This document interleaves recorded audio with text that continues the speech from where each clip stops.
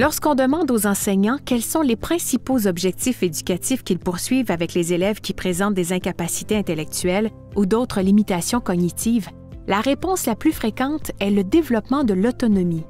Mais que répondent-ils lorsqu'on leur demande « Qu'est-ce que l'autonomie ?» Les réponses varient d'un enseignant à l'autre, où elles sont si évasives que la compréhension qu'on a du concept d'autonomie demeure assez limitée. Alors, qu'est-ce que l'autonomie? Premièrement, c'est la capacité d'une personne à prendre des décisions, à les mettre en œuvre et à satisfaire ses besoins particuliers sans suggestion à autrui. L'autonomie est donc une capacité de choisir ou d'agir.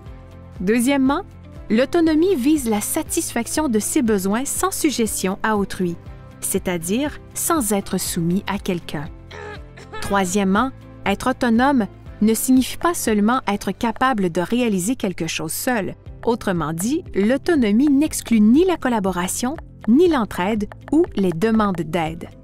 Quatrièmement, l'autonomie n'est pas un contenu d'apprentissage en soi. Dire qu'un élève développe son autonomie n'a de sens que si l'on précise le domaine d'activité visé. Par exemple, lire par lui-même un texte à son niveau, choisir un film en consultant l'horaire d'un cinéma, payer le montant d'un achat à la caisse. Cinquièmement, il existe bien des possibilités d'exprimer son autonomie.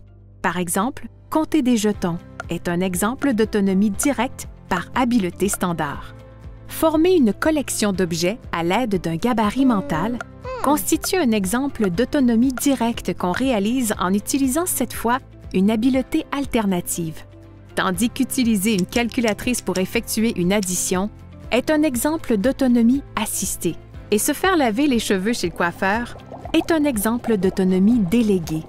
Plusieurs moyens d'exprimer son autonomie existent donc, les habiletés standards et alternatives, l'autonomie assistée et déléguée.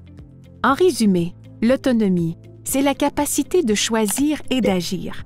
C'est satisfaire ses besoins sans exclure les relations d'aide et en évitant les relations de suggestion ou de soumission à autrui.